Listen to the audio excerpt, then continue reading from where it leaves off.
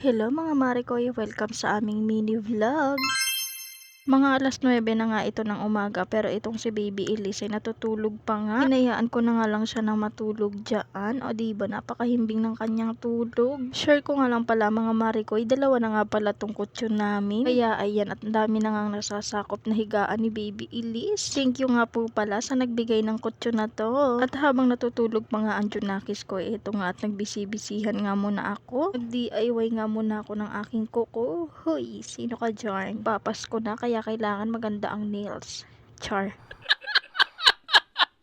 Tulog pa naman si Baby Elise kaya nga may oras pa ako magganito-ganito. Na mga oras na to ay nililinis ko na nga yung mga gilid-gilid dahil nga kalat-kalat yung paglagay ko. Finast forward ko na nga para hindi kayo mabagalan sa aking video. Huy, charot. Maganda nga ang nails, sagard naman ang muka.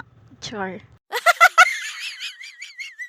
At kinagabihan nga eto, nagpunta nga kami sa papa niya. Pagkapunta nga namin ay bising-busy pa nga ang papa Noriel. Kaya eto, for the antay nga ang mga person. Habang nag-aantay nga kami, ayan, at nagpabili pa nga ng laruan. Fast forward, andito na nga pala kami sa kabila. At eto, for the kanta-kanta nga ang person. Dahil nagpabili nga ako ng speaker kay papa Noriel para nga may magamit kami sa Pasko at bagong taon. Fast forward, nakatulog na nga pala ang Junakis kong makulit. At eto nga ako, gising na gising pa nga. At ewan ko ba, bakit hindi pa ako natutulog ng mga oras na to. Flex ko nga lang pala yung gawa kong nails. Huy. Fast forward, madaling araw na nga pala ng mga oras na to. Last na nga ng aming simbang gabi. O diba, worth it ang aming pagising sa madaling araw.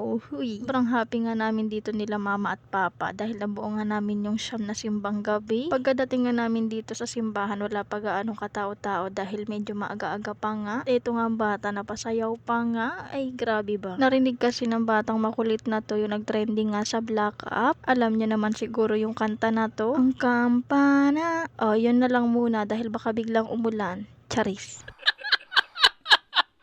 Pagkatapos nga ng misa, nagbabay at nag-bless na nga siya kay Father. So, for happy nga ng mga person dahil nabuo nga ang siyam na simbang gabi.